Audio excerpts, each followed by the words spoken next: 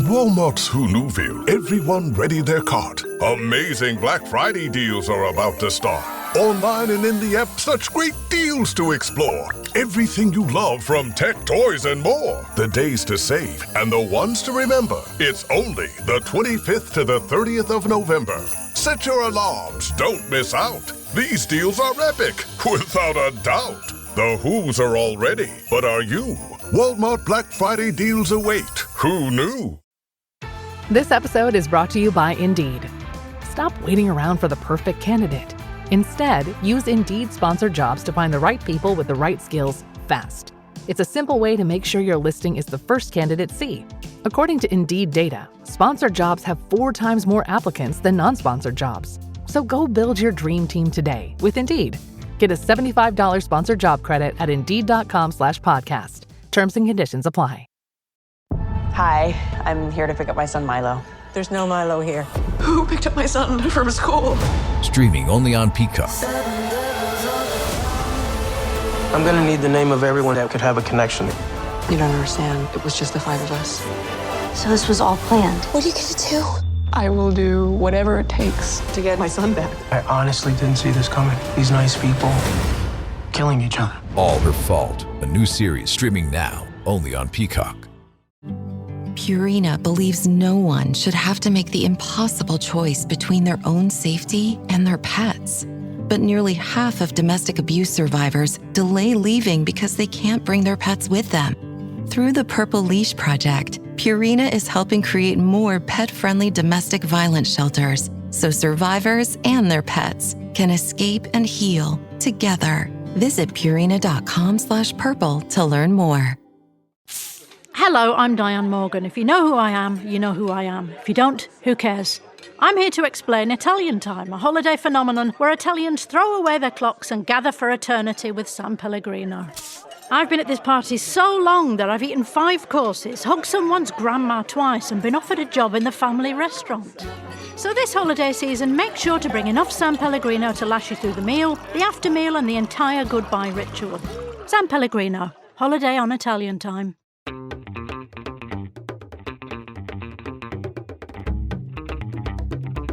Australian Survivor. Survivor New Zealand. Survivor. Losers. 21 South Africans. 12 ordinary Australians. 16 New Zealanders. 20 suomalaista. £1 million. Miljoona euroa. Miljoon shkelling. 1 million rubli.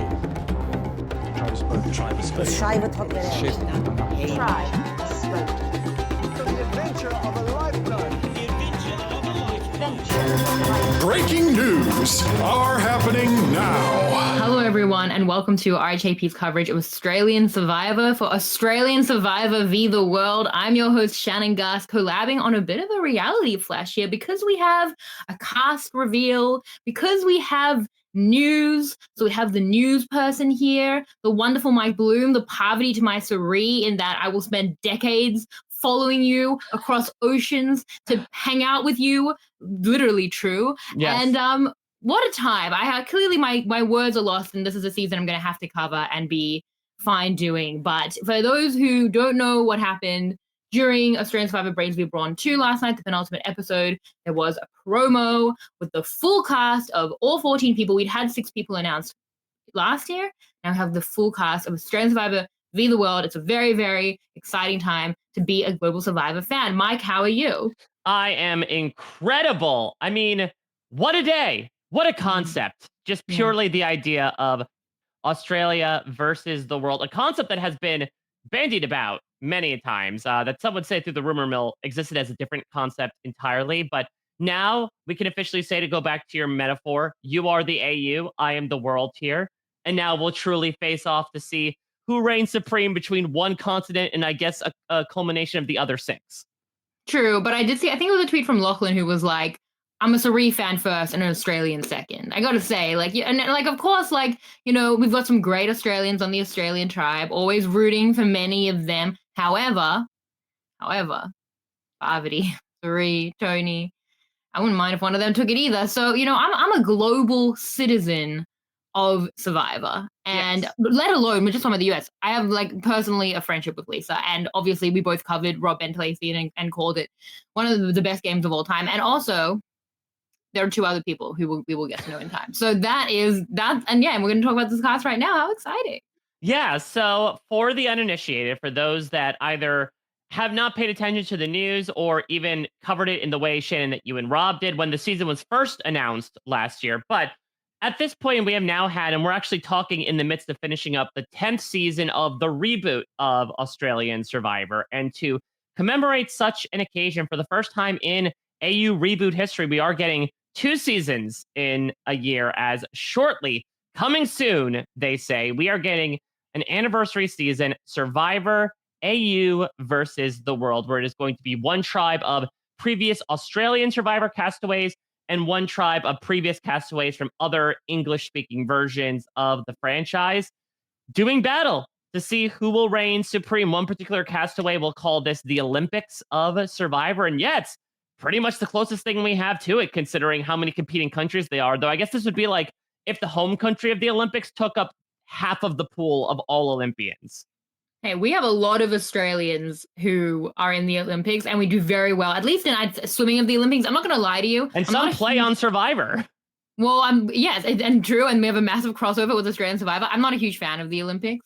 I'm not a fan of the Olympics, which is really sacrilegious as an Australian. So the Olympic metaphors are going to get very difficult for me as more of my Olympic knowledge is assessed through this metaphor through the next few months. But yeah, it's very exciting. We also, yeah, again, not just English speaking, we do have 2 people not on English speaking Survivor, which is going to, again, I know like everything, about 12 people. I don't need any memory refresh on every day they've ever played in the game and beyond the game. And then there are 2 people we are yet to get to know. So that's where we're at with this. In terms of like the 2 seasons a year, they wanted to do this. We had Australian Survivor 2019, and then Brains v Brawn 1, was it? No, it was All Stars. Look how I just have erased All Stars from mine. All Stars came like 6 months later, but that was into 2020. And then COVID kind of ended the ideas of 2 a year. So now this is the first year where we're getting 2 in the year, and there are 14 people. So it's, a bit of a truncated season, a bit of an exhibition match, as I've called it. I've also been comparing it to the T20 of cricket, something I know even less about than the Olympics. So the metaphors are getting difficult for me, but yeah, it's going to be hot and heavy. We're going, every single day is going to be, a battle. We're going to lose our faves, and it's going to be a bloodbath. I can't wait.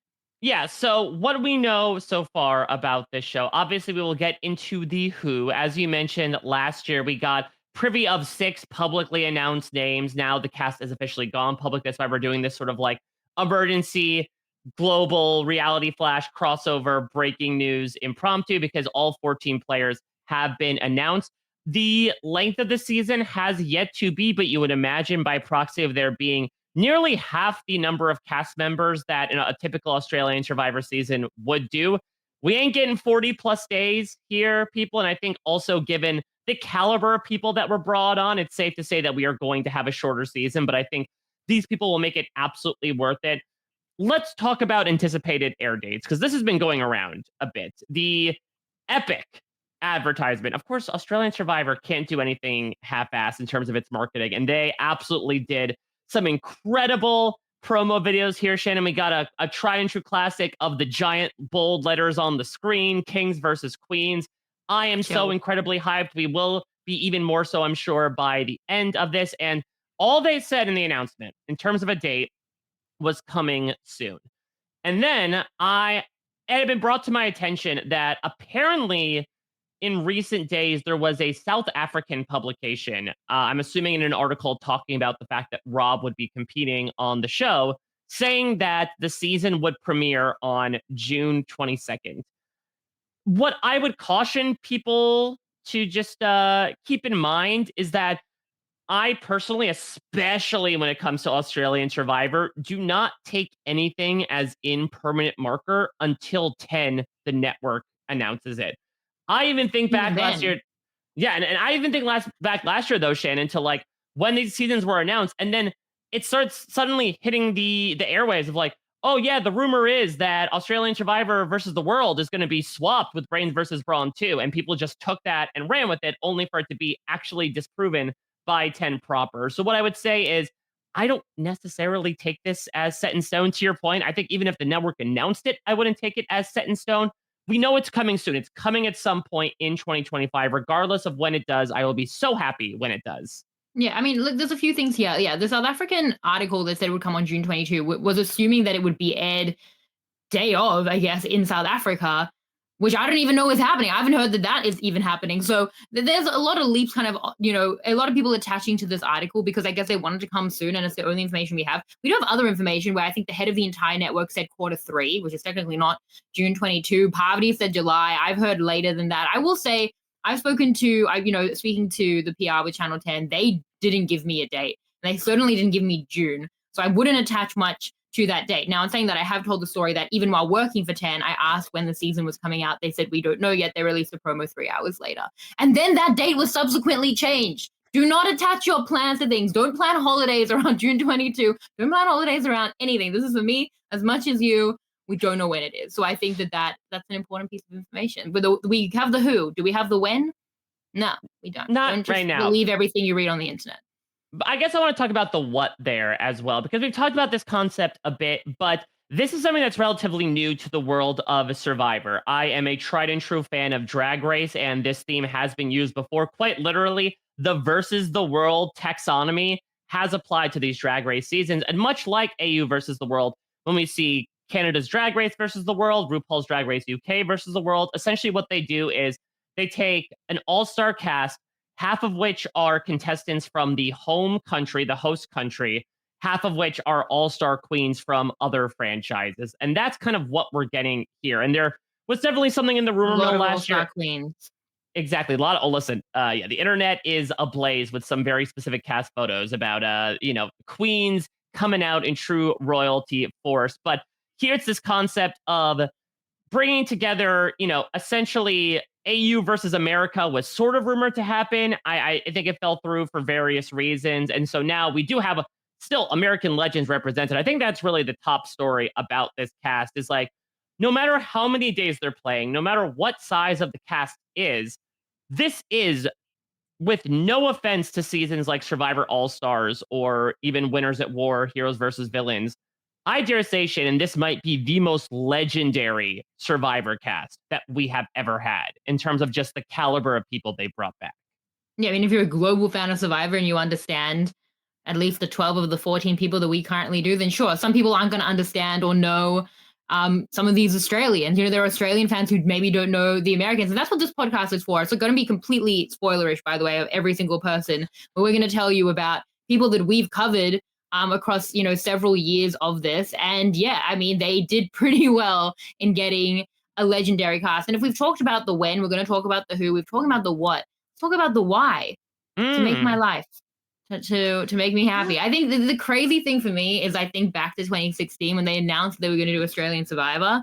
And I was wary because I think at the time I was like, what if it's really bad? Because then, I'll be embarrassed as a Survivor fan in front of all the Australians, and I'll be embarrassed as an Australian in front of all the Survivor fans. That was my thought. And I didn't love that season, although I have made friends from it, or a great friend from it since, and that was worth it. But it was worth it also for the franchise. The way we've got to this point. Imagine telling myself in 2016 that I would be covering the show, let alone that this would be happening, that I would see a cast photo with Suri in it. I would be like, never in my wildest dreams at any point could I ever have imagined that this would happen, let alone with the cast that they got. So it's an exciting time. I think we have to appreciate it. We're going to have a long preseason that technically starts right now, and the last season hasn't even ended. Okay. I need to go on vacation, but we're going to have a long preseason. We're going to dig into these players, and then we're just going to soak up every moment. So that's the why. And then what about the how? The how is they'll play probably in Samoa. They've been in Samoa. Yep. What else do people know about the how? What do we need to know about that? Yeah, I mean, it looks like from the preview that we got in the smidge, seems like pretty degular challenges. Seems like we've got some cool colors as well. Australian Survivor is moving away from maybe some of the typical color matching that US Survivor does. I think we have green versus blue kind of representing the earthly concept. If you saw it from space, these are the two tribes and how they would be represented. I bet you can see it from space. Do you think Katy Perry goes into space tomorrow? She will. To be fair, they're not filming right now. Yeah. But I'm sure maybe she got a screening to watch on the space shuttle. I don't know where I'm going. It's crazy that Katy Perry is going into space. Just side note.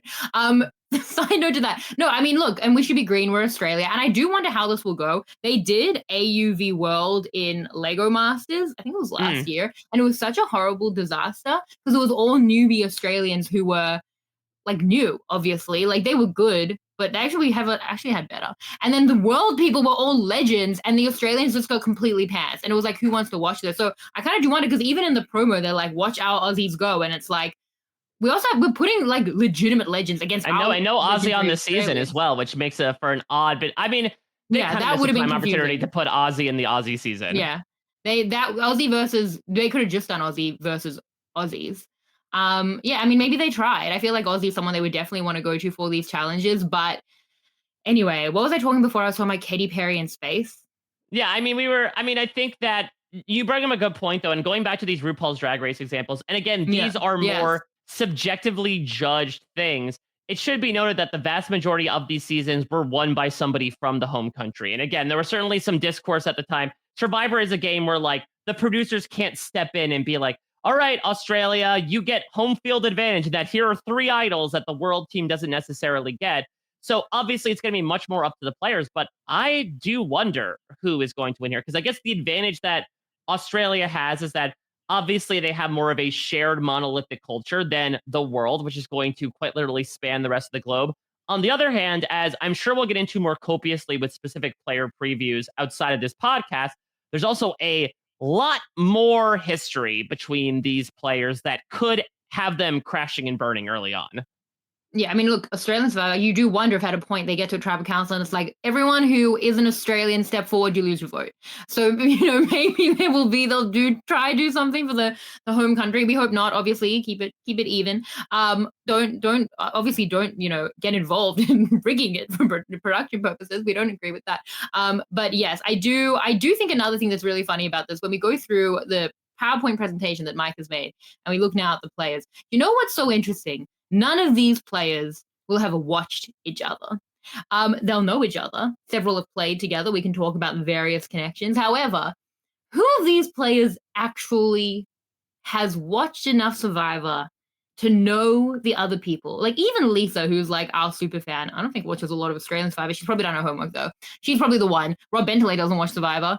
Tony hasn't watched Australian Survivor. Like maybe these people did their homework, but like Sari, Parvati, seem to know who David was on Dondi. Probably in doing research. Don't think she was watching Australian Survivor. And then on the Australian side, is David watching even Australian Survivor, let alone US? Certainly not the internationals. Luke definitely wouldn't. Maybe Luke would know. He's, I think, gotten involved since he played. Sarah, not really. Kirby certainly knows no one. Shawnee's watching Married at First Sight. I was going to say. Who knows these players? I would say maybe George would be sort of the best access point on the Australia tribe. George. That is true. George will know these players.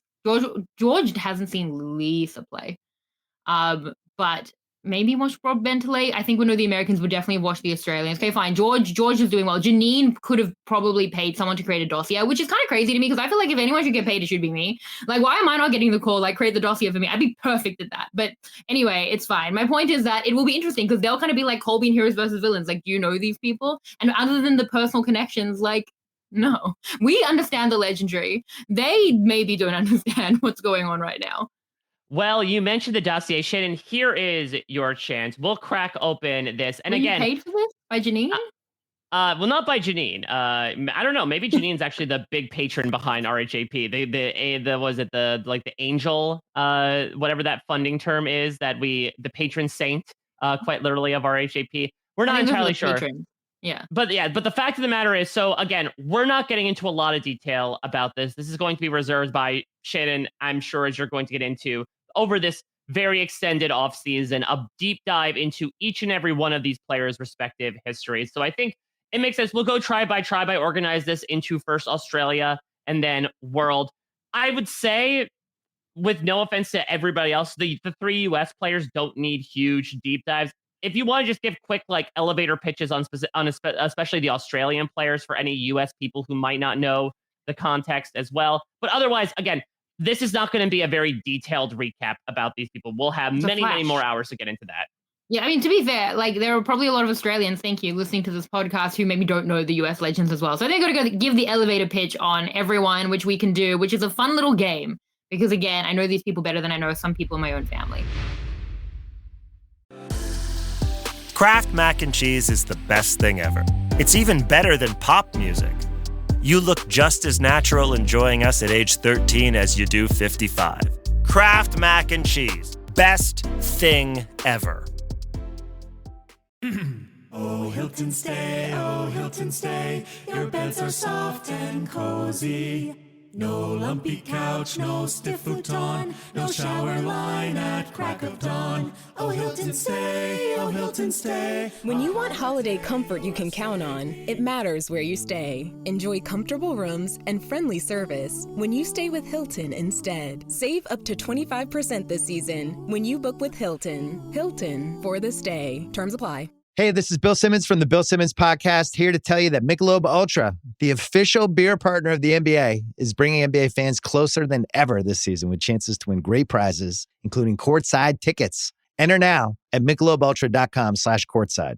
Michelob Ultra courtside 25 to 26. No purchase necessary. Open to U.S. residents 21 plus. Begins on October 1st, 2025 and ends on June 30th, 2026. Multiple entry periods. See official rules at MichelobUltra.com/courtside for free entry deadlines, prizes, and details.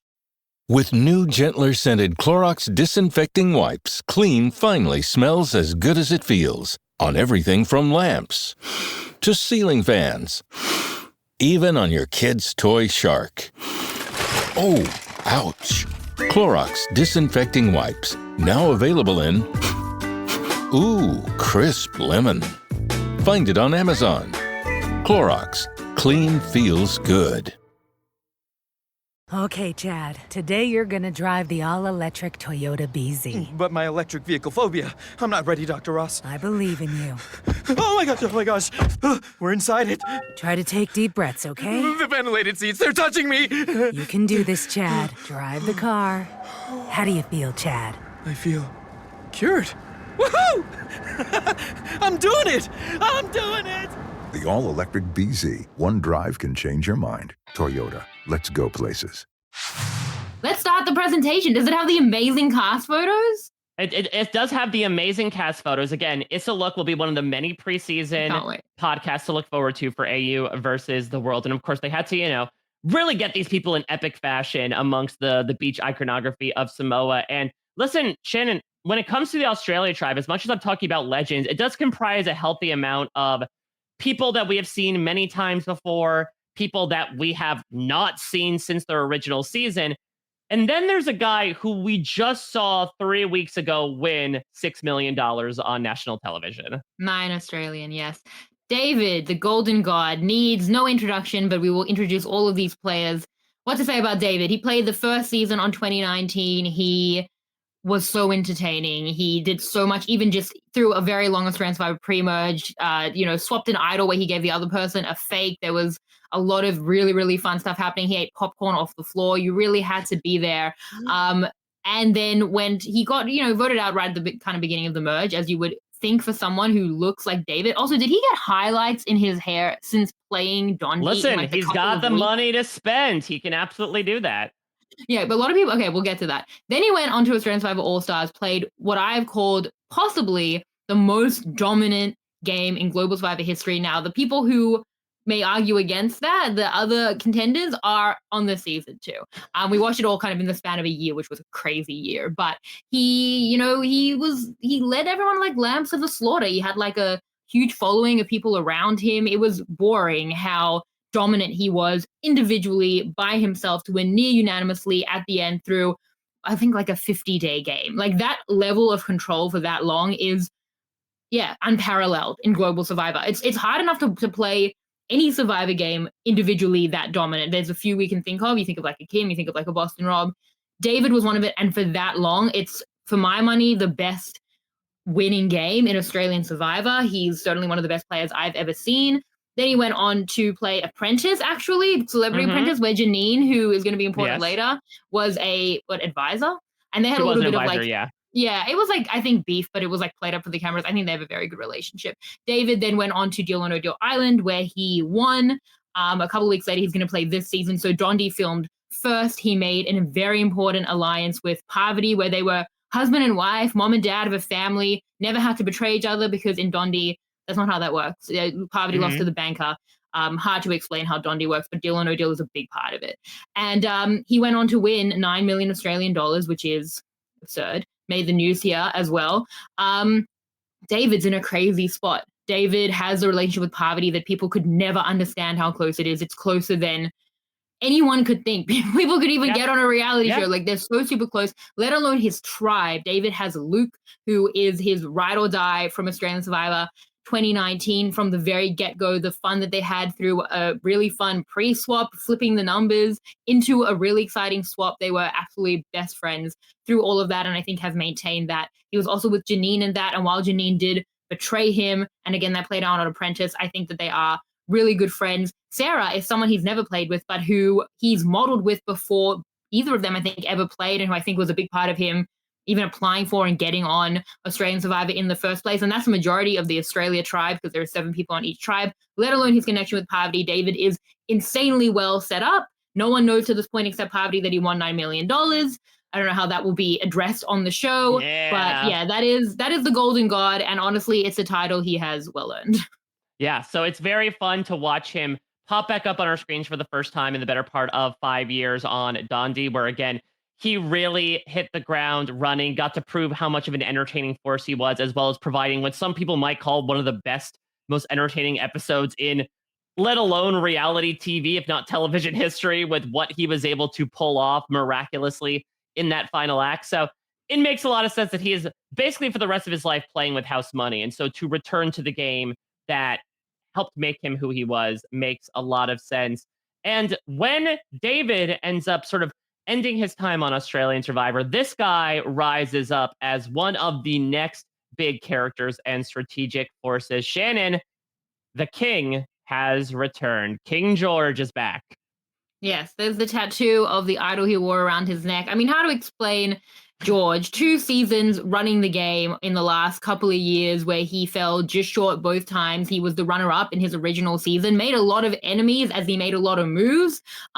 Idol plays, plurality votes. It looked like he was going to go home early. He had an ally sacrifice herself for him, and then she herself was resurrected. It was a very religious experience.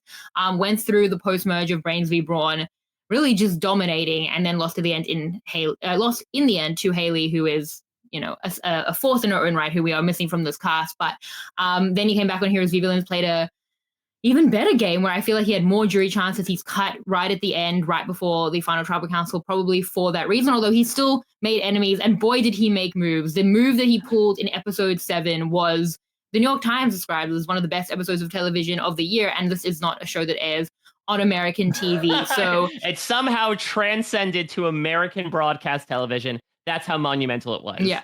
The mind tricks that George can play, the idol tricks. Like I've always said, George can extend his capital. If it's social capital into strategic game, like George can see how to best spend his money. He has revolutionized the game. I think he and David are probably the 2 biggest names from the Australian franchise at this point. And you couldn't really do a UV World without George. I don't think he would have allowed it. Yes. So I'm really excited to see him back again. He's another also big presence, has a history in politics as well. And also not one to mince words about how he feels about people, including to their face. So I think we are in for plenty of snark as well as some great strategy from George. Let's get into the first of our couple of contestants here, Shannon, who we have not seen in quite some time, but you mentioned her before. She may or may not be the angel fund investor of RHAP. Let's talk about Janine Ellis. We never thought that we'd see her back on our screen, Shannon, because Australian Survivor does utilize a lot of celebrity casting, and Janine is celebrity casting.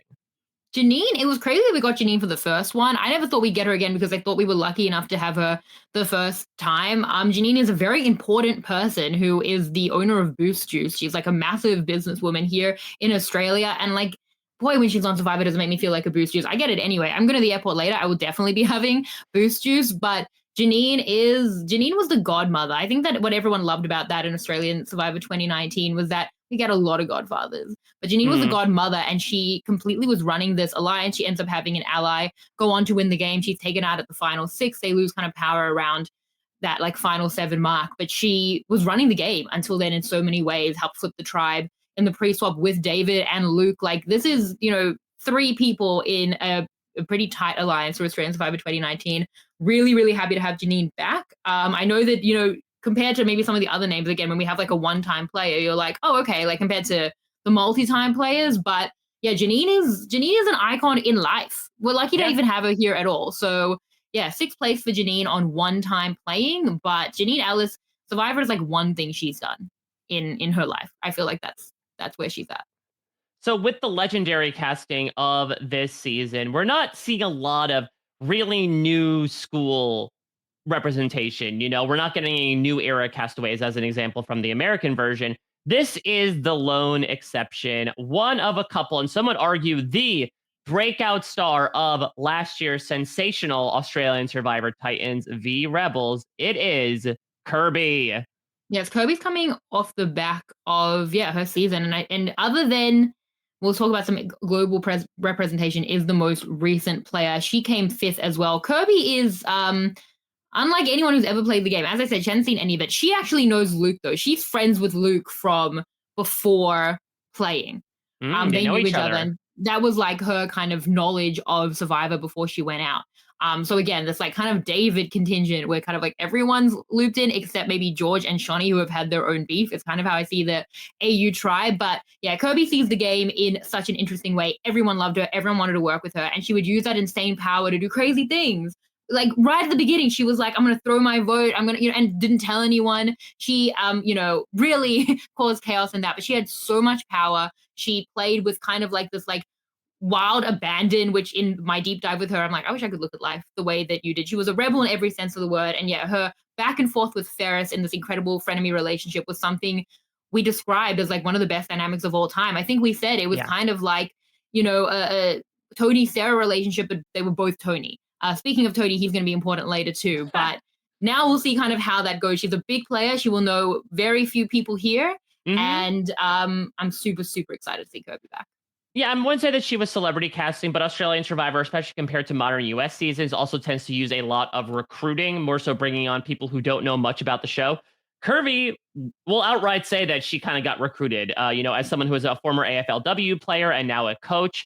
And it was so much fun to watch her fall in love with the game as she was playing and figure things out as she went along. We made the Tony comparison, but I think we made a lot of comparisons to Sarah as well in terms of just like her having this natural aura where people wanted to work with her in spite of the fact that she was just doing all these wild things. She was somehow nearly able to get away with it every single time. Now, again, the big question that I'm sure you're going to get into is, whether or not that is going to happen again, especially now with people that are much more aware of the game that she was playing. And with no offense to the cast of Titans v Rebels, also a higher caliber of play. But regardless, really happy to see Kirby back on our screens for the 2nd year in a row.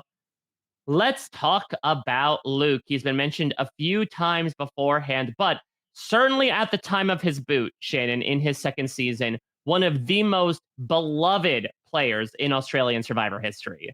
Yeah, I mean, Luke made history. So Luke was in Australian Survivor 2017, which again, like I think really after Australian Survivor 2016, we're like, where is this going to go? And 2017, I think, kind of put us on the map to get to the point we're at now. Luke was a huge part of that. Luke was such a massive character. He had a dynamic with Jericho that ran through the season, also with Sarah, which we'll talk about, also a bit of a frenemy relationship through, a chaotic season that they played. And Luke was absolutely beloved through that, where he was taken out 7th. Everyone was super upset about that. He'd run a lot of the game and then kind of, became a huge threat and had lost some power there. And so much so was he beloved that he became the first returnee that we had, right? He came back alone as like the lone returning player on the Champions Tribe, Champions v Contenders, linked up with David, Janine, Pia, Abby, this alliance, really especially David, as we said, as a dynamic duo. And honestly, given the threat level that he came in with, it was incredible how far he got. He got to the final 4, and then once he lost that challenge, had to be voted out because people loved him that much. And people loved him so much that they raised over $500,000 on like a GoFundMe for him. I think it was $550 before they turned it off. Again, we only win $500,000 here in Australian Survivor, and I don't know how much AUV World is winning, by the way. But he earned that much. People loved him, his story. He has children with special needs as well, and he had a daughter who was really sick and I know has been really sick in the last few months and has been in hospital for an extended stay. Obviously, we are thinking of his family in that time as well. So his story really captured the hearts of Australians. He has since been on The Traitors as well. Big Brother, he won Big Brother. I forget. He won Celebrity Big Brother. Yeah, he won Celebrity Big Brother. So he's been a mainstay of Australian reality TV. He has hopped networks, which is kind of a tough thing to do here as well. Won his own reality show and is back now on Survivor for the first time since kind of trying out those other shows and becoming, even a bigger character in Australian reality TV, since again, earning hundreds of thousands of dollars through pure fan support. And what will be exciting is we talk about this connective tissue. I think the famous story with Luke, right, was that he was also someone that was recruited for the show. And the only thing he really knew about Survivor in terms of research was he watched a YouTube compilation of Tony Vlachos's best moments from Survivor Cagayan. So Luke very much brought that sort of like chaotic, impish energy, especially to his first season. And I imagine, and especially when he's linked up with his bud David again, I imagine that might be the same thing. And this is someone that Luke was also linked up with for a brief portion of time in his first season. A much long-awaited return, Shannon, for Sarah Talik. I love Sarah. I'm so glad Sarah's back. Like Sarah, again, the longest since we've seen anyone play on the Australian tribe is Sarah. She played in Australian Survivor 2017, as said, with Luke. I think they described each other like a brother and sister. They were often together, often not. He must vote her out, right? She goes and then he immediately goes. That was actually the first episodes of Survivor I ever recapped. So yeah, at that point, their relationship had broken down. Their alliance had broken down, but they did have this kind of on and off strategic relationship. And Sarah's whole thing was like she would play the middle. I know she's been, a fan. And so again, maybe she does know some people. Maybe these legends she would know. She would certainly know, I think a Parvati. And yeah, Sarah's like, always really loved the game. And yeah, so she knows David. She's played with Luke. That kind of creates a little bit of a crew here. And I'm really excited to see Sarah back. If anyone's like, Sarah, do we remember Sarah from 2017? I think they've wanted her back for a while. I think we were all really upset when she wasn't on an All-Stars or on all the many opportunities that they've had to bring people back. And they found an opportunity here, and I'm really glad they did. Yeah, I think obviously you'll get into this a lot more, but I think someone who had a really solid game, to your point, gets voted out unanimously, but only after this wild 3-2 vote that her and Luke and eventual winner Jericho were able to. Yeah, it was her and Luke together. Right. Did Luke put her out? No, I can't remember. Yes, because Michelle turned everyone against her after that. Your memory is amazing. Yeah. So there was a 3-2 vote, and Jericho and Luke were the 3. Yeah. And then I was like, oh, that's going to go so badly. And then it did. And then they were the next 2 voted out. Yeah, so, it was a sad week, but luckily we get a bit of a reunion here. But yeah, I mean, this is also, I know Ryan Brain tweeted about this. Just a reminder that 2017 is an incredibly stacked cast of Australian Survivor, and I'm excited to see some representation here. Yeah, I remember talking tribal, which I did my first couple of seasons with Luke back in 2020, right before the pandemic. Sarah was one of our first guests. The time I spent with Luke and Sarah, they seem to still be really good friends. So I think that this will be a good opportunity again for the Luke David side to really get some numbers. And so we move from someone who is setting a record of longest, hiatus between seasons to someone who also set an Australian Survivor record here, Shannon, with her 4th appearance on Australian Survivor. She's back in the red dress, so it is Shawnee's time to shine. Yes, Shawnee. Shawnee is an international icon that I think everyone loves. Shawnee played on Australian Survivor 2018. She came back for All Stars, so she's played with David as well, kind of in a different capacity as we're talking about. But it is crazy how many people David has played with on this entire season, as we're talking about, even with Parvati. And then she came back for Heroes v Villains, and now she's back again. Shawnee has so much social capital as well. I think when we see those really active social moves, she flipped people through a very tough All-Stars post-merge, tough as run by David. She was on the opposite side of David there. I think we saw her at her best in Heroes v Villains, even with it being her worst placement. She's come, I think, 4th, 7th, and 9th? 9th, yeah. Yeah, that's right.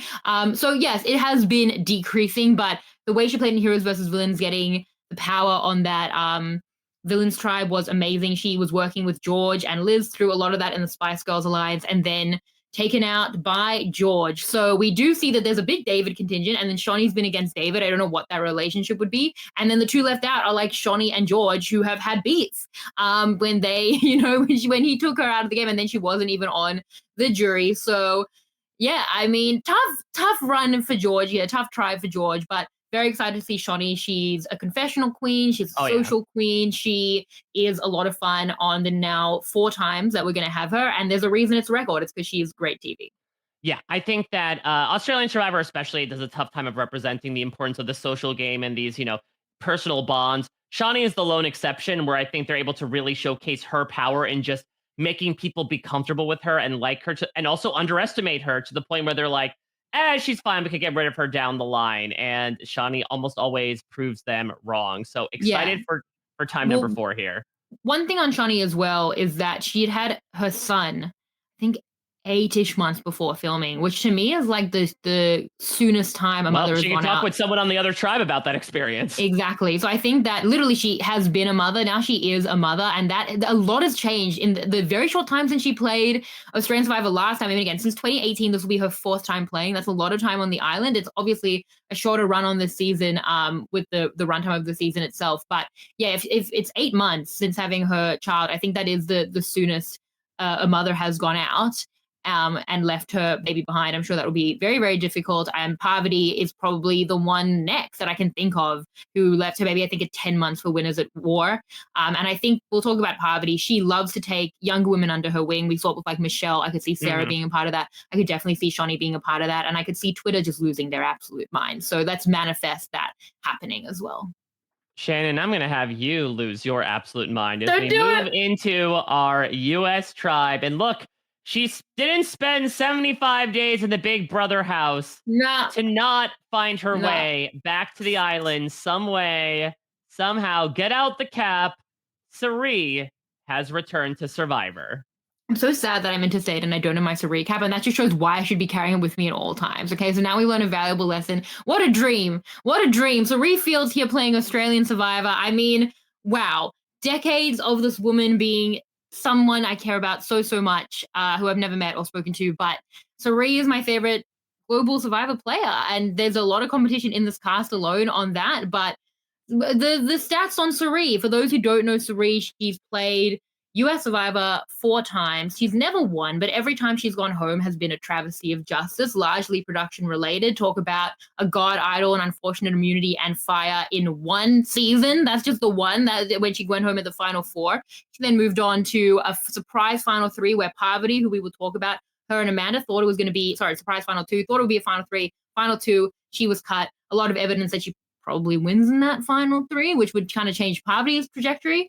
That was that surprise final 2. Heroes versus Villains, that one was kind of on her. She still had a majority, but they split the vote, and then the minority came over the top with an idol. She goes home there. Still unfortunate, though, a lot having to go on. And then in Game Changers, she'd received 0 votes through the entire season. Everyone else at the final 6 was immune, and she got voted out because she didn't have any type of idol or immunity. So in 4 seasons, I think Cirie has received 9 votes, including, even though she's been voted out technically 4 times, which is a crazy stat. Cirie is the godmother herself of so much strategy. Something we mentioned recently, goat hunting, the 3-2-1, the architect of Eric giving up immunity, probably the most famous move in Survivor history. And probably my favorite episode of all time, although again, competition with some stuff that Tony will talk about was doing as well. She is the absolute best. She went on to play the Traitors. As a traitor, she won. She was phenomenal. She went on to play Big Brother. Some would argue one of the best American traitors in the show's history, considering that so far she's the only one to win. Yeah, there's little competition there, I feel, as well. And I haven't even seen the 2nd season, but she was amazing. Just watching her win that and dominate was incredible. Survivor owes her money, I think, through everything she's experienced. So it was great to see her get her win there, even if it wasn't from Survivor. She went on to play Big Brother. She dominated for a long time. Then some stuff happened. And then 2 months later, the season was over. I don't really remember, but she was there the whole time. And I watched all of it. So legend of ridiculous caliber. The Survivor looks different without many of these players, but including Cirie, and the fact that we get her here, I mean, what a dream. What an absolute dream.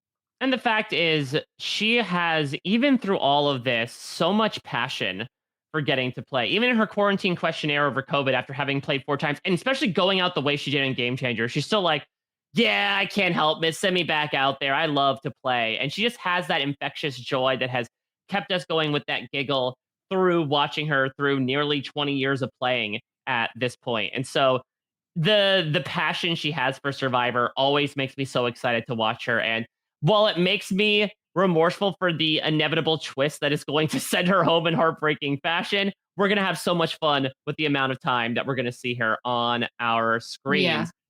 So People now have said that. People have said don't tempt Australian Survivor twists with Suri. Of all the things we know there could be a big Australian Survivor twist, but less in this production company. I think that they haven't done. We've had one, but like it's been a little bit more even keeled. I will say, so recap, throwback. Australian Survivor, you help me meet Suri. Okay, this is how we're gonna do it. This is how I'm gonna finally at least talk to Suri. So very excited about that. Well, let's move from one very known quantity, Shannon, to one of the least known here. It's Cass, but not the Chaos Cass that we are used to here from an American Survivor perspective. Yeah, I don't know Cass because Cass was on Survivor Quebec, and I don't speak French, but I did think, okay, well, I'll come back from my European vacation. I'll have learned French now. I'm not going to France. I will watch it with subtitles. Then right before this podcast, I was like, I should look up the two people I don't know. Yeah, she makes it to the very end. I think she comes third. Yeah. And the season is 65 episodes long. So I didn't know that when I said that I would watch all of Survivor Quebec. Am I still going to have to do that? 65 episodes? That's so many episodes. That's like 6 seasons of US Survivor. Like you could watch all of Suri seasons and a half. Do I have to do this? I want to know. I feel bad because I know so much about everyone else. But anyway, we don't know a lot about her. But she came third on Survivor Quebec, and it was 65 episodes, 42 days, which is also crazy. What were they doing in those episodes? How was that possible? All right, so this is a big TBD. Again, this is why we have much more individually invested deep dives into these castaways, so we can really get the skinny on what's going on with Cass. Because again, from our very English, forward perspective, we do not know a lot about her, and that could be either a really good thing because she is one of the big X factors, or it could be, hey, you don't have any connections with the cast, and so you're an easy person to vote off early on. We don't know about her fandom level. I mean, I definitely should watch some of it. The 65 episodes is crazy. I noticed she was the youngest person on this tribe, 33. Okay. So that was something I noticed in the brief details that I have about her. Cass, I'm going to watch some stuff. I'm going to watch some of it, at least some of it. Yeah. Okay. Well, we talk about somebody who the fandom level is a big question mark, but this one is a big exclamation point for Lisa, the winner of the second and, up to this point, final season of Survivor New Zealand. Lisa won Survivor New Zealand while wearing an RHAP shirt, and now she's on Survivor V World. Maybe she's our patron saint, actually. Yeah. Lisa's gonna lose her mind.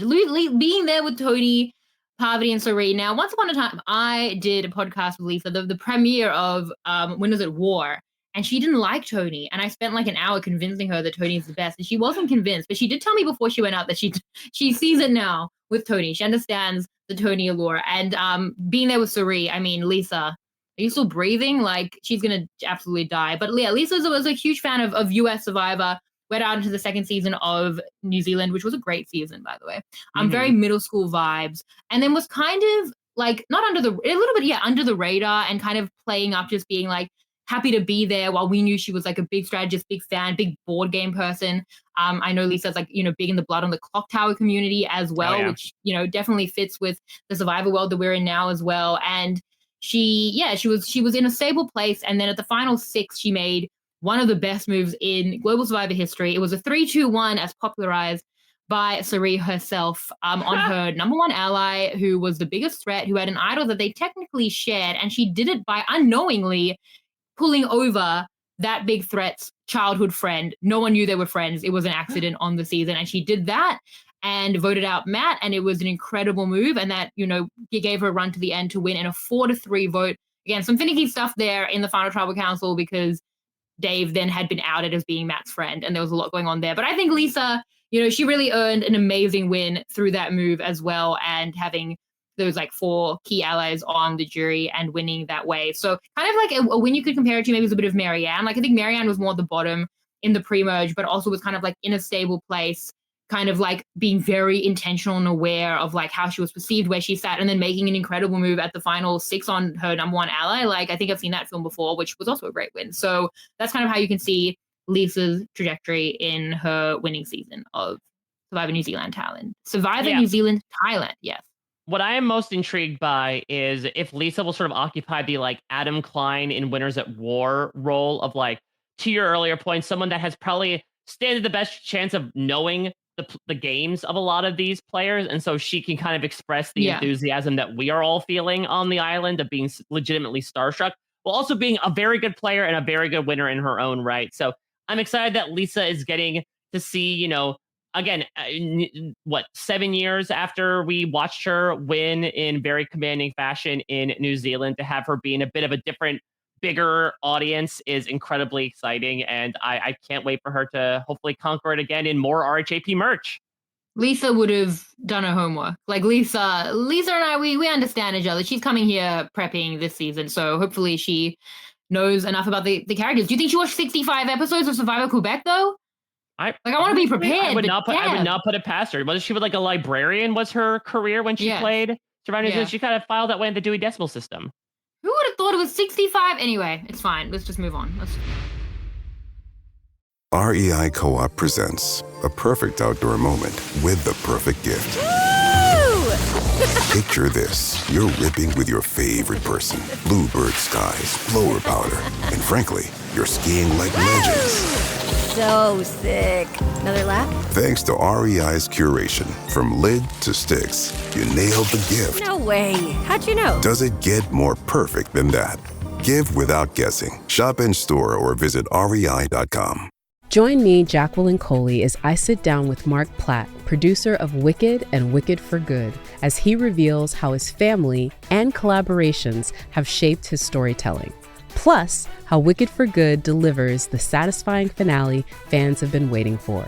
Listen now to Seen on the Screen wherever you get your podcasts. This episode is brought to you by Greenlight. Get this. Adults with financial literacy skills have 82% more wealth than those who don't. From swimming lessons to piano classes, us parents invest in so many things to enrich our kids' lives. But are we investing in their future financial success? With Greenlight, you can teach your kids financial literacy skills like earning, saving, and investing. And this investment costs less than that after-school treat. Start prioritizing their financial education and future today with a risk-free trial at greenlight.com/Spotify. Greenlight.com/Spotify. When cool, creamy ranch meets tangy, bold buffalo, the whole is greater than the sum of its sauce. Say howdy, partner, to new Buffalo Ranch sauce. Only at McDonald's for a limited time. At participating McDonald's. This episode is brought to you by Ulta Beauty. Holiday cheer is here, and Ulta Beauty has gifts for everyone on your list. Treat them to fan-favorite gift sets from Charlotte Tilbury and Peach and Lily. Go all out with timeless fragrances from YSL, Ariana Grande, and Carolina Herrera. And you can never go wrong with an Ulta Beauty gift card. Head to Ulta Beauty for gifts that make the holidays brighter and even more beautiful. Ulta Beauty. Gifting happens here.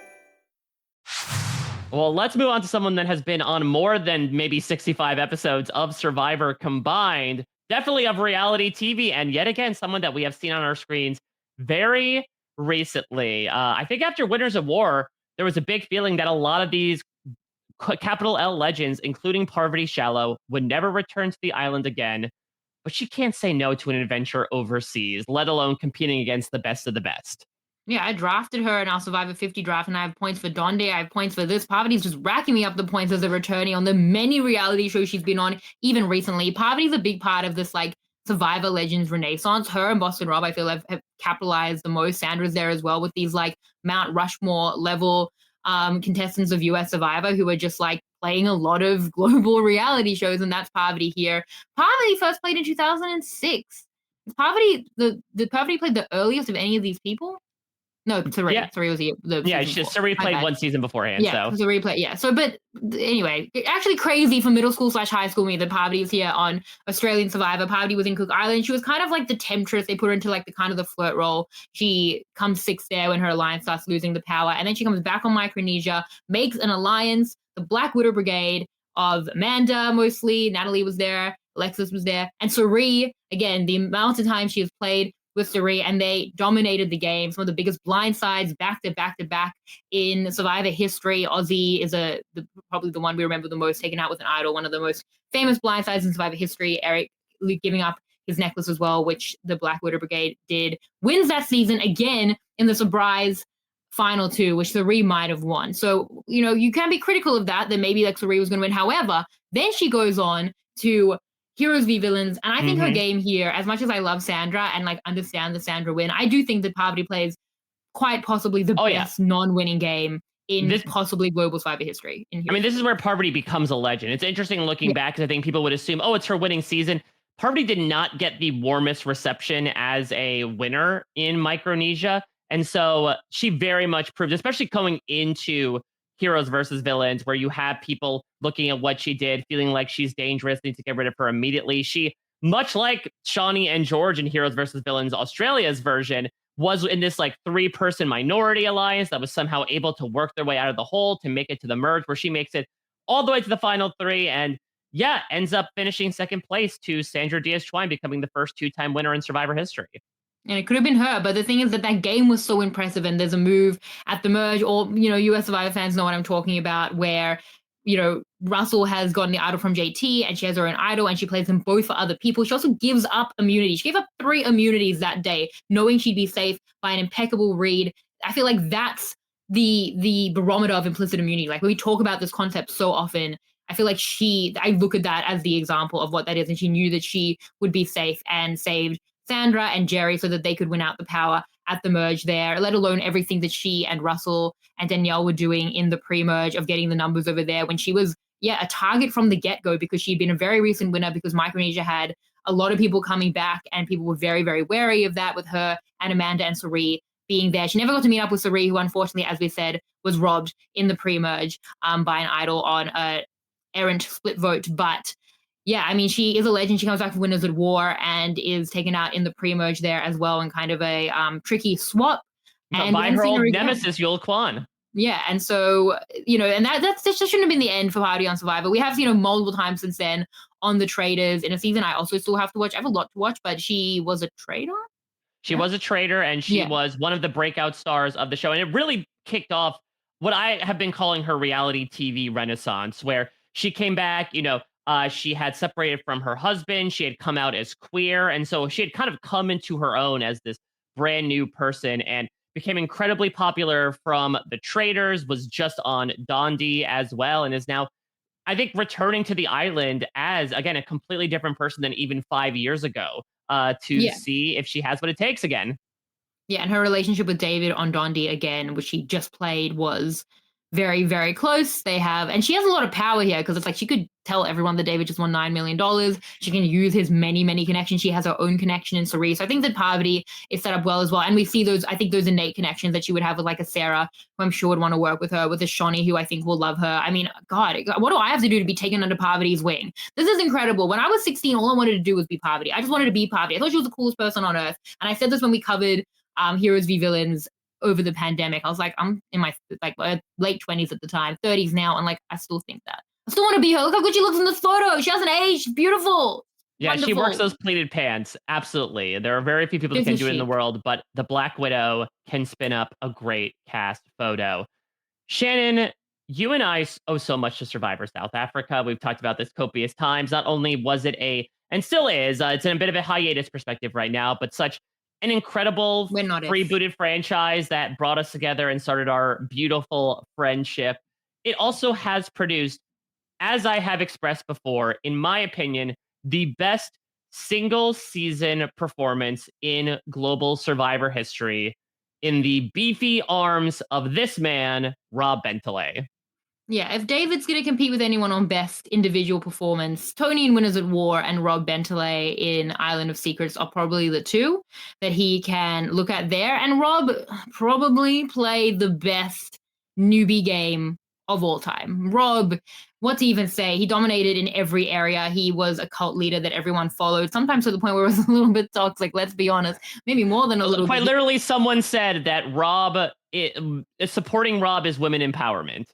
Yes, that's the point that he got to the point where Yeah, the plan at a point was like, let's take him out of the final 5, even though he has an idol. But then he also win immunity, and then also not enough people even wanted to do that. That is a really good example for the level of control and protection that he had through the entire season. Like the jury vote was a little closer than you'd think, but other than that, just complete and utter dominance. He won a lot of challenges. He won 5 immunity challenges. If you're looking at him, that kind of speaks for itself, right? Yeah, I'm looking right now. I believe he ended up winning 1, 2, and then 3, 4, 5. Yes, he's tied the global record for 5 immunity challenge wins in a season. Rob definitely has not watched any global Survivor in a way that I'm sure he will be confused by who these people are. But Rob is very charming. Do you remember the deep dive that we did with him? And he has like this like kind of like uncharacteristically big laugh that was so like out of time that really got me. I mean, I like loved Rob through the season, and he is such an impressive player. Like again, he's like much like David on All Stars. Like parts of the season were kind of boring because he just like dominated so handily through the season. Yeah, I mean, we'll go into I think much more of Island of Secrets in a little bit of a deep dive fashion, but it's sort of like the straightforward perspectives of Redemption Island combined with like the morals of South Pacific. Which was like a very darkly tinged season. But what makes, in my opinion, Rob the best single season game of all time is that Island of Secrets had this very Island of the Idols Ghost Island concept where someone visited every time and almost always walked away with an advantage. And somehow, despite the fact that basically an advantage or an idol was introduced into the game every single episode, Rob somehow had a stranglehold on the game to the point where, as he talked about in his final jury speech, like he weaponized Island of Secrets, the titular twist of the game, to allow himself to win. So I'm intrigued to see, if he made up an advantage. He made up an advantage that I think it was that he could see some of the votes, and that scared people into being like, well, I can't vote wrong because he'll see my votes. Like that's only one part of the equation, but this is the level of gamesmanship that he was putting down. Yeah. So I'm intrigued to see, if he still got the fastball, to see if that game can carry over into a game that has a lot more of those alpha dominant players. But regardless, happy to see the guy in the leopard print back again representing South Africa. Let's talk about our other great unknown here, Shannon. Tommy, and God, talk about incredible cast photos. Someone actually wore a wolf shirt onto Survivor. It makes me so happy. Yeah, so Tommy, from what I've Googled, was 1 vote away from winning the game. On Survivor Norway? Yeah, or Survivor Finland, I think it is. Or Finland? It's very hard because his bio is in Finnish. I can't speak. All right, well, now you know what stop you need to make on your trip to Europe. It's fine. AI, I think, can do it. But yeah, so let's see. How many episodes? Only 14 episodes for Tommy. Tommy, I'm probably going to watch your season. 14 episodes I can do. What is 65 episodes? No, I don't want to, but I might have to. That's crazy. But Tommy, I might watch your season. So Tommy is a 1 vote loser. That's an interesting place to be and to bring him back. And Tommy played, I have it here.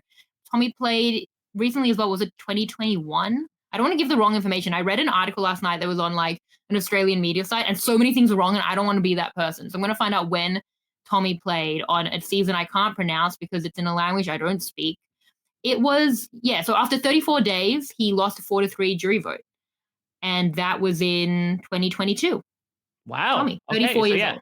He is, I guess, besides Kirby, the most recent player to play. So excited. No, because Cass played in 2024. Oh, so yeah. She's the other one who's more recent. Yeah. Look at these babies, which is very interesting that you have, 2 incredibly recent players up against some people that have started playing since like 2006 on this world tribe. But this guy seems like a character. He just has that look to him. So I'm excited for you to give the perspective eventually as to like, it's the stash, it's the 1 sleeve tattoo. It's got a lot going on. 14 episodes. I mean, also I have to find subtitled versions of the show, but also 14 episodes is fine. It's very regular. 65 episodes, crazy. That's crazy. I can't do it. I'm only one person. Like that's crazy.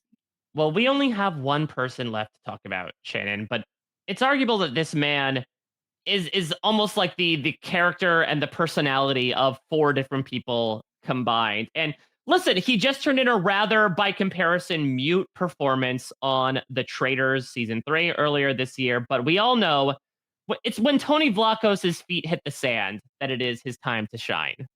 every alternate time. That's what it is. As we know, he wins, goes out early. That was Game Changers. He wins, we had the Traders. Now he's primed to win again. I love Tony Vlachos so much. Let me just play for you what I said to Lisa at the beginning of Winners at War.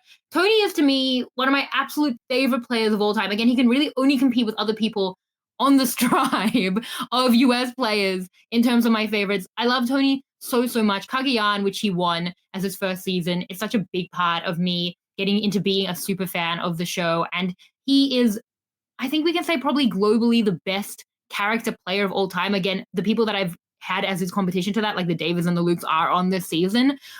Sari would obviously be in that as well.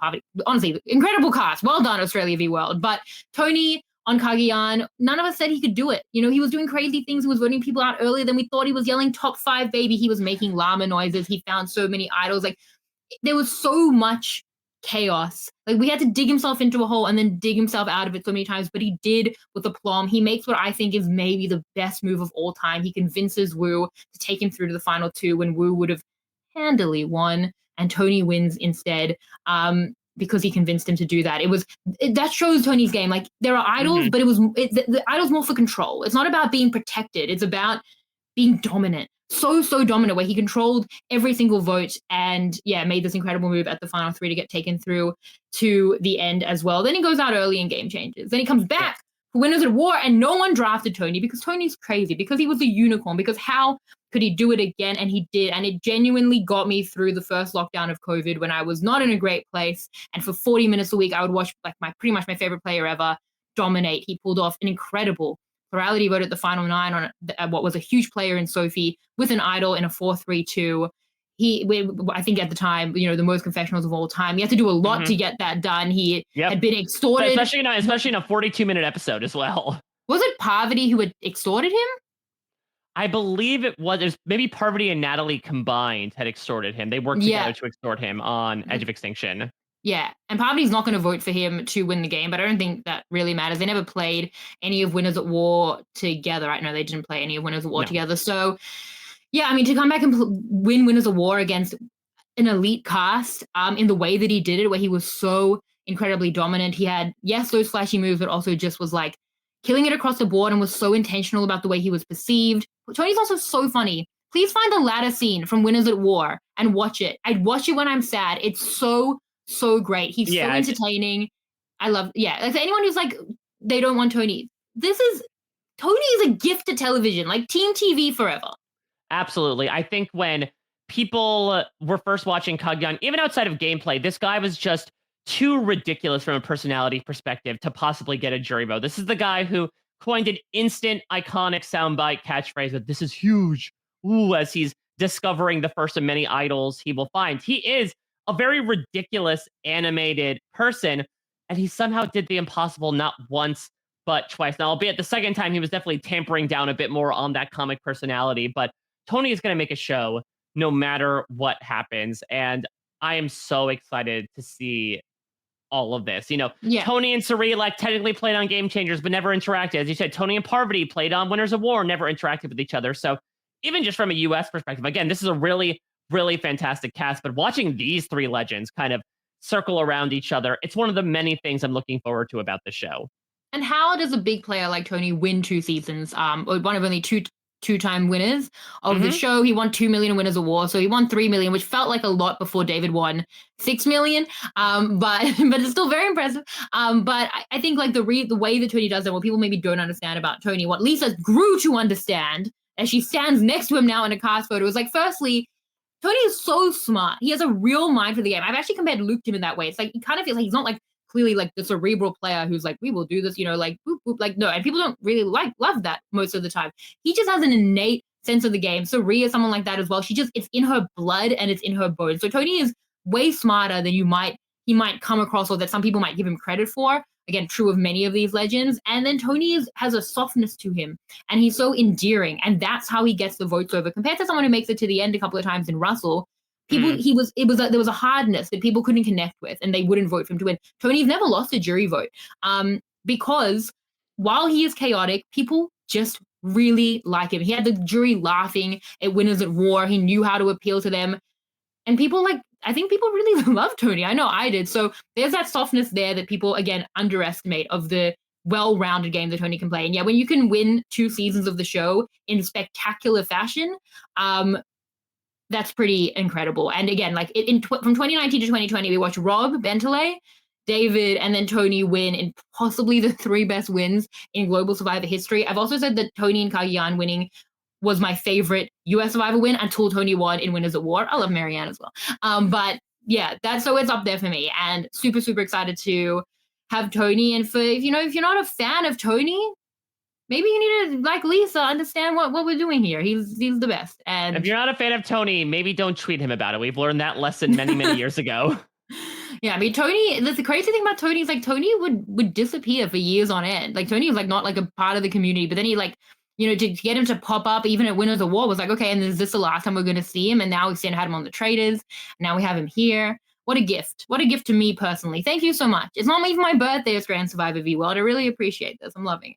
Well, for all we know, it might come out on your birthday. No, it's coming out this year. It's coming out this year. And regardless, that would be it's not going to come out on my birthday. Well, if this is not going to get you hyped enough, again, not to tease too much of what's maybe coming, your birthday. Yeah, maybe that's true. To your point, to your earlier point, we have a whole entire Australian Survivor season to finish tomorrow. But because this news released today, we wanted to get the news out there now that the cast is officially out, and to officially kick off, I suppose, the Australian Survivor AU versus the World preseason for all of these, I'm assuming, individual deep dives that'll take us to the season whenever it begins. Yeah, Australian Survivor will not get off my neck. We're finishing the season tonight. We've got to do the deep dive. We have to do the postseason, Brains v Brawn 2. We're still doing that. And then I'm going to go to Europe. I'm going to learn Finnish. And then I'm going to come back. I'm going to watch 65 episodes of Survivor Quebec. And then we're gonna do individual deep dives. We're gonna have a full preseason of a cast that's already been announced on this season. And then at a point the season will air. And then we're going to cover the season. So it's an exciting time to be an Australian Survivor fan. It's a lot going on, Mike. I'm excited. I'm feeling good about it. It's just it's such a great reminder of what being a Survivor fan can bring in terms of fulfillment. Again, we have no idea how the season is going to turn off, but just like given the composition of this cast, it'll be really tough to not have an awesome season and an awesome winner. And you know what they say? It's not how you start, it's how you finish. The language that you will be studying by the time you return from Europe. It might be in Swedish. I looked up language of Finland. I literally looked it up and it said Swedish or Finnish. I actually don't know. I'm going to have to learn both so I can see which one that is. That one's only 14 episodes though. But then it's French, Survivor Quebec. So it's going to be a big few months. We're very excited about it. It's great. This is absolutely incredible that this is happening. This is a dream come true. And yeah, very, very excited about the season coming up in a few months. Yeah, so be sure to check out all the stuff we have, of course, going on WeKnowGlobalSurvivor.com, WeKnowSurvivor.com. TBD as to like what feeds these will all live on, considering that now we are officially crossing the streams with American and Australian shows. I didn't think about that. But yeah, it's so incredibly exciting. No matter when it's going to air, we're celebrating 25 years of Survivor, the product proper, in a little over a month's time. And I honestly cannot think of a better way to commemorate it than really looking back on the fact that these people whose lives have been changed and our lives have been changed watching them get the chance to come together, duke it out, however long it's going to be, wherever it's going to be, whenever it's going to be. Regardless, we will be sat. Shannon, anything else you want to plug right now in the midst of what's to come with Australian Survivor Brains versus Brawn 2 before we jump off here? Yeah, at Shannon Gates, WeKnowGlobalSurvivor.com. Mike and I will be back together recapping the final episode, the finale of, very, very soon, of Australian Survivor Brains v Brawn 2, which will be Monday night at 9:30 ET, which is Tuesday morning, 11:30 a.m. for the Australians on the East Coast. And if you're not in either of those time zones, please just work it out because it's obviously a lot of time zones. You do the math. Yeah, between all of these, global listenerships and global players, it's just a lot. So we're going to be doing that. The deep dives will happen. X interviews are happening with every player in the Final Four this week. And then again, I'm going to Europe. That part's not a joke. And then I'm going to come back and I'm going to focus on AUV, the world. And also I'm covering Survivor 48. I was with Taryn this week talking about the split vote. That's it.